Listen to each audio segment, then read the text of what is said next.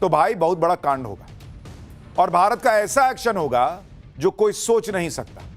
भारत की इस वार्निंग के बीच ही आज नेवी ने भी अपनी ताकत दिखा दी।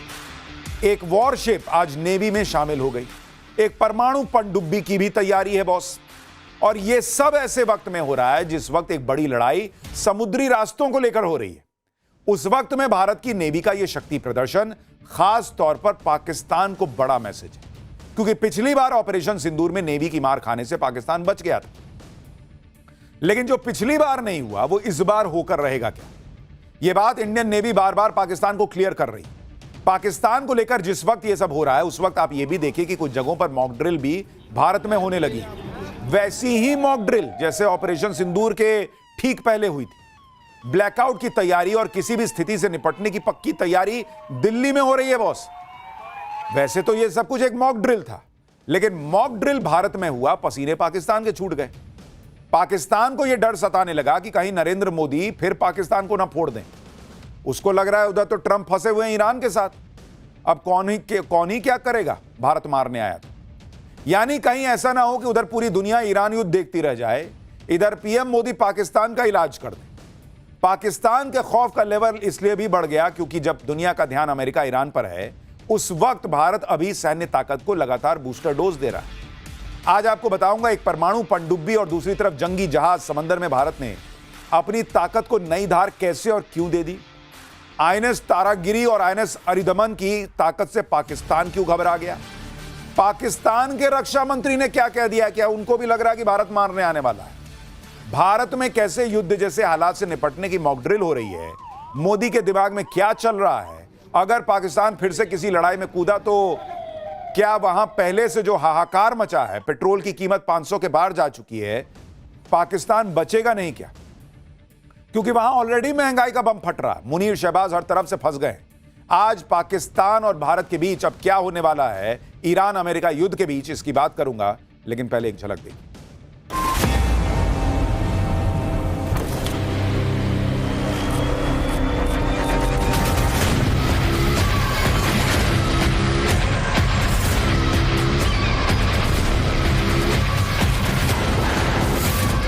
ऑपरेशन अभी बंद नहीं हुआ है।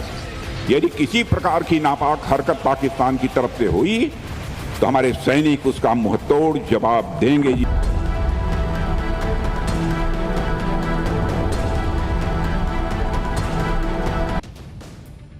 पाकिस्तान में तेल के लिए हाहाकार मचा है, लेकिन वहां सरकार और सेना डरी हुई है कि कहीं भारत तेल न निकाल दे उनका। इस वक्त दुनिया की नजर ईरान युद्ध पर है, लेकिन भारत और पाकिस्तान के बीच जो चल रहा है वो बड़ी बात है। भारत ने मुनीर को डायरेक्ट चेतावनी दी है कि किसी तरह की हिमाकत मत करना, वरना ऐसा एक्शन होगा जो सोचा नहीं। अब सवाल है कि इस भारत जो कह रहा है उसकी टाइमिंग जो है ना वो बड़ी इंपॉर्टेंट है। दरअसल ईरान युद्ध में मध्यस्थता का माहौल बनाकर पाकिस्तान बहुत उछल रहा है। मुनीर को लग रहा है कि उसके सिर पे तो ट्रंप का हाथ है। ईरान से मध्यस्थता के लिए ट्रंप को उसकी जरूरत है। ऐसे मौके का फायदा उठाकर मुनीर भारत के खिलाफ कोई हिमाकत कर सकता है, यह सोचकर कि ट्रंप पाकिस्तान को बचाने आ जाएंगे। लेकिन भारत ने कायदे से समझा दिया कि किसी गलतफहमी में मत रहना। एक बार राजनाथ सिंह, रक्षा मंत्री राजनाथ सिंह को सुनिए, फिर आपको बताता हूं कि भारत में ऐसा क्या क्या हो रहा है कि पाकिस्तान में हड़कंप मचा हुआ है। ईरान अमेरिका युद्ध के बीच जब दुनिया फंसी हुई है, रक्षा मंत्री का यह कहना कि पाकिस्तान कुछ कर सकता है हिमाकत, इसको लेकर कहा जा रहा है कि इसका मतलब कुछ तो इनपुट है, कुछ तो होने वाला है, क्योंकि यहां जमीन पर तैयारी भी वैसी ही दिख रही। देखिए, रक्षा मंत्री राजनाथ सिंह ने साफ कहा कि आज के हालात में पाकिस्तान को हिमाकत कर सकता है। उनका इशारा मुनीर की तरफ था, पाकिस्तान की आतंकी गतिविधि की तरफ था। हाल ही में पाकिस्तान के प्रधानमंत्री शहबाज शरीफ के पॉलिटिकल एडवाइजर को लश्कर के सरगना आतंकी हाफिज सईद के बेटे के साथ देखा गया।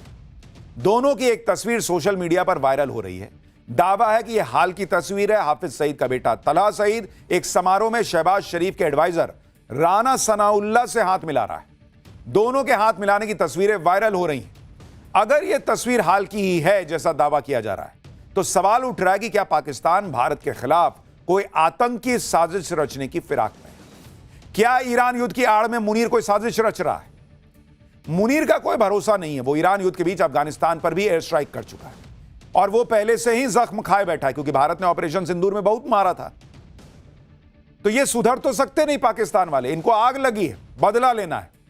और इनको ये लग रहा है कि मेरा देश बर्बाद हो जाए, भले 500 का क्या 1000 का पेट्रोल वहां बिकने लगे, लेकिन इसी बीच भारत में कुछ कर दे, ताकि अपने कलेजे को इनको ठंडक मिले और वहां पब्लिक को कहें कि देखो भारत में ही कर दिया। और शायद इसीलिए रक्षा मंत्री कह रहे हैं, कुछ इनपुट मिला होगा, ये कुछ करेंगे। और भारत ने भी धमका दिया है बॉस, कभी भी पाकिस्तान को सबक सिखाने का वक्त आ सकता है। इसलिए आप देखिए कि जैसे ऑपरेशन सिंदूर के दौरान मॉक ड्रिल हुई थी, वैसी ही मॉक ड्रिल दिल्ली में हुई है। इसमें हवाई हमलों की चेतावनी वाले सायरन बजाए गए, ब्लैकआउट जैसे उपाय अपनाए गए, इमरजेंसी हालात में कैसे लोगों को सुरक्षित निकाला जाएगा, इसकी प्रैक्टिस हुई है। कल रात 8 बजे दिल्ली में 17 लोकेशन पर मॉक ड्रिल की गई। स्कूल में, कॉलेज में, रेजिडेंशियल कॉम्प्लेक्स में, सरकारी दफ्तरों में ड्रिल की गई। इस मॉक ड्रिल में Delhi police, Delhi fire service, NDRF, NCC, CRPF समेत कई एजेंसियों को शामिल किया गया। अब सवाल यह उठता है कि भाई यहां तो ईरान अमेरिका युद्ध में पूरी दुनिया फंसी है, अचानक भारत में मॉक ड्रिल क्यों शुरू हो? वैसी ही मॉक ड्रिल जो ऑपरेशन सिंदूर के पहले हुई थी। इधर रक्षा मंत्री राजनाथ सिंह पाकिस्तान को चेतावनी दे रहे हैं, दूसरी तरफ मॉक ड्रिल हो रही है। और इसके बाद यह चर्चा तेज हो गई कि क्या पीएम मोदी फिर से पाकिस्तान को फोड़ने वाले हैं, क्योंकि हाल के दिनों में सीसीएस की भी बैठक हो चुकी। मॉक ड्रिल देखकर पाकिस्तान के अलग होश उड़े हुए हैं, उसे ऑपरेशन सिंदूर याद आ रहा होगा। पाकिस्तान को डर है कि ऑपरेशन सिंदूर के 1 साल पूरा होने पर कहीं भारत फिर से पाकिस्तान को न ठोक दे। पाकिस्तान के रक्षा मंत्री ख्वाजा आसिफ कह रहे हैं कि अगली बार हमारी प्रतिक्रिया और भी ज्यादा सख्त और निर्णायक होगी। कोई भ्रम न रहे, हम तैयारी पूरी है, जवाब तेज, संतुलित और निर्णायक होगा। ख्वाजा आसिफ ने कहा कि राजनाथ जी ऐसे बयान दे रहे हैं ताकि दुनिया को यह यकीन दिला सकें कि वे भी प्रासंगिक हैं, जबकि पाकिस्तान इस समय दुनिया का ध्यान केंद्रित करने में सफल हो गया है। वहां कोई भी भारत को तवज्जो देने को तैयार नहीं। राजनाथ जी, अब समय आ गया है कि आप अपनी हैसियत के अनुसार बयान देना शुरू करें। अगर आप कोई परेशानी खड़ी करते हैं तो अल्लाह की मेहरबानी से हमारी सेनाएं आपको पहले से भी ज्यादा अपमानजनक तरीके से सबक सिखाएंगी। भारत के इतने दिन खराब नहीं हुए कि बिना किसी हैसियत वाला पाकिस्तान भारत के रक्षा मंत्री को हैसियत याद दिलाए। 2 कौड़ी का देश पाकिस्तान भारत को हैसियत याद दिलाए। अमेरिका के तलवे चाटने वाला पाकिस्तान भारत को हैसियत याद दिलाएगा। इतनी तुम्हारी हैसियत कभी नहीं थी। लेकिन पाकिस्तान घबराया हुआ और इसलिए ऐसी बातें कर रहा है। आप सोचिए ना भाई, जो देश भीख मांगकर अपना गुजारा कर रहा है, जिसके प्रधानमंत्री खुद कहते हैं कि हमें भीख मांगकर दूसरे देशों के सामने शर्मिंदा होना पड़ता है, उसका रक्षा मंत्री हैसियत की बात करेगा। पाकिस्तान के रक्षा मंत्री ने और क्या क्या गलतफहमी पाली हुई है, एक बार सुन लीजिए, फिर इनको इनकी हैसियत हम बताएंगे कि समुद्र में कैसे इनकी हैसियत याद दिलाएंगे। आप सोचिए, जो पाकिस्तान ऑपरेशन सिंदूर के तबाह हुए अपने एयरबेस को महीनों रिपेयर नहीं कर पाया, वो घर में घुसकर मारने की बात कर रहा है। और इनका एंकर कैसा है, पूछता भी नहीं है कि एयरबेस तो हमारा फूटा था। ऑपरेशन सिंदूर में तो भारत के एयर डिफेंस सिस्टम ने पाकिस्तान के ड्रोन, मिसाइलों सबको कबाड़ बना दिया था और भारत लगातार अपनी सैन्य ताकत को मजबूत कर रहा है। आज ही पीएम मोदी रूस के डिप्टी पीएम से मिले हैं। यह मुलाकात ऐसे वक्त में हुई है जब भारत ने रूस को 5 S-400 मिसाइल सिस्टम का ऑर्डर दिया हुआ है और बहुत संभव है कि रूस के साथ S-400 की जल्द से जल्द डिलीवरी पर चर्चा होगी। S-400 ने ऑपरेशन सिंदूर में बड़ी अहम भूमिका निभाई थी। लेकिन भारत का असली डर जो पाकिस्तान के दिल में बैठा हुआ है, वो है भारत की नौसेना की ताकत। क्योंकि पिछली बार ऑपरेशन सिंदूर में पाकिस्तान भारतीय नौसेना की मार झेलने से बाल बाल बच गया था। लेकिन उसे अब दूसरा मौका नहीं मिलेगा। खुद नेवी चीफ एडमिरल दिनेश के त्रिपाठी ने खुलासा किया है कि ऑपरेशन सिंदूर में नौसेना पाकिस्तान पर हमला करने से कुछ मिनट दूर थी, तभी पाकिस्तान ने सरेंडर कर दिया। भारत और पाकिस्तान में तनाव के नए चैप्टर के बीच कुछ लोग फिर से पीओके की भी बात करने लगे। ऑल इंडिया इमाम ऑर्गेनाइजेशन के चीफ इमाम डॉक्टर इलियासी ने कहा कि जल्दी ही पीओके फिर से भारत में शामिल हो जाएगा। इन सब बातों के बीच आप देखिए कि भारत कैसे समंदर में अपनी ताकत बढ़ा रहा है, क्योंकि ईरान अमेरिका के युद्ध ने एक बात तो क्लियर कर दी कि जो समंदर पर राज करेगा वो सबको घुटनों पर ला सकता है। ट्रंप ने कितनी ताकत लगा ली, लेकिन 1 महीने से ईरान से स्ट्रेट ऑफ हॉर्मुज नहीं ना खुलवा पाए। यानी पानी पर होने वाली जंग में जिसका पलड़ा भारी, जीत उसकी। ईरान युद्ध से बने इस सीन के बीच आज भारत ने बड़ा फैसला किया। भारत की नौसेना को आज 2 पावरफुल हथियार मिल गए जो ऐसी ऐसी मिसाइल से लैस हैं कि पाकिस्तान ने अगर कोई गलती की तो वो खत्म साफ हो जाएगा। इसमें पहला स्वदेशी न्यूक्लियर सबमरीन आईएनएस अरिदमन है और दूसरा advance stealth frigate INS Taragiri. इन दोनों के आने से समंदर में भारत की ताकत कई गुना बढ़ जाएगी। यानी भारत ने अपनी समुंदर में अपनी ताकत और बढ़ा ली बॉस। आज स्वदेशी वॉरशिप आईएनएस तारागिरी नौसेना में शामिल होगी।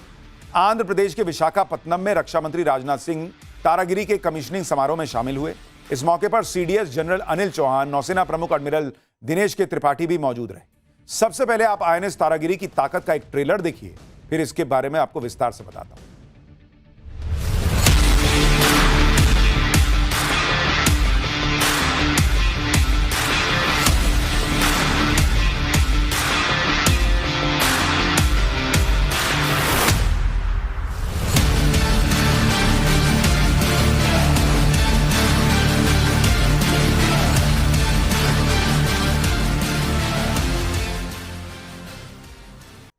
आईएनएस तारागिरी स्वदेशी वॉरशिप है। रक्षा मंत्री राजनाथ सिंह ने बताया कि इस वॉरशिप को वॉरशिप डिजाइन ब्यूरो के इंजीनियर्स ने डिजाइन किया और Mazagon dock ship builders limited ने इसे तैयार किया।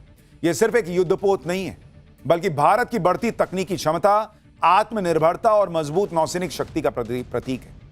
आईएनएस तारागिरी को मल्टी रोल ऑपरेशंस के लिए तैयार किया गया। हाई इंटेंसिटी कॉम्बैट से लेकर maritime security, anti piracy operation, coastal surveillance और ह्यूमैनिटेरियन मिशंस तक ये हर रोल में फिट बैठता है बॉस। सुनिए आईएनएस तारागिरी को लेकर रक्षा मंत्री ने क्या बताया। लगभग 7000 टन वजन वाला यह शिप केवल आकार में ही बड़ा नहीं है, बल्कि अपनी कैपेबिलिटीज में भी उतना ही यह शक्तिशाली है।